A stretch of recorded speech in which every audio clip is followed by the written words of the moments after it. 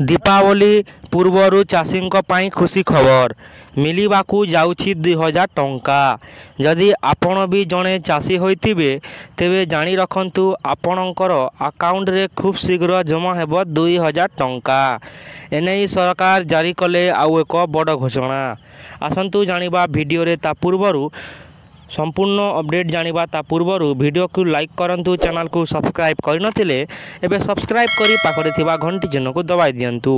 प्रधानमंत्री किसान सम्मान निधि अर्थात पीएम किसान योजना अधीन रे देशर लक्ष लक्ष चाषी मानकर 21तम किस्ती पाई उत्साही सहित उपन्यास करिसंती। तेबे खुशी खबर हेउछि जे सेमानकर अपेक्षा शीघ्र शेष होबाकू जाउछि।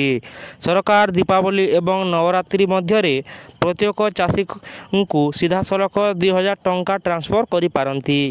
तेबे एही योजना अधीन रे प्रति वर्ष 3टी किस्ती रे मोट 6000 टंका सीधा सड़क चाषी बैंक अकाउंट को पठा जाए। एपर्यंत चाषी माने 20टी किस्ती पाई सारिछंती। तेबे प्रत्येक किस्ती रे चाषी मानकू 2000 टंका मिली थाए।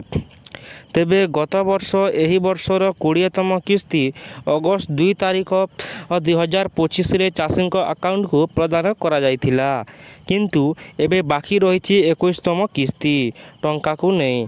तेबे जदि आपण भी 21तम किस्ती पाइबा पाई चाहछंती तेबे जानी रखंतु एथिपाई आपणकू इकेवाईसी करिबा कंपलसरी, अर्थात आपण भी पीएम किसान रे पोर्टल रे विजिट करी एही जाय मध्य इकेवाईसी करि पारिबे।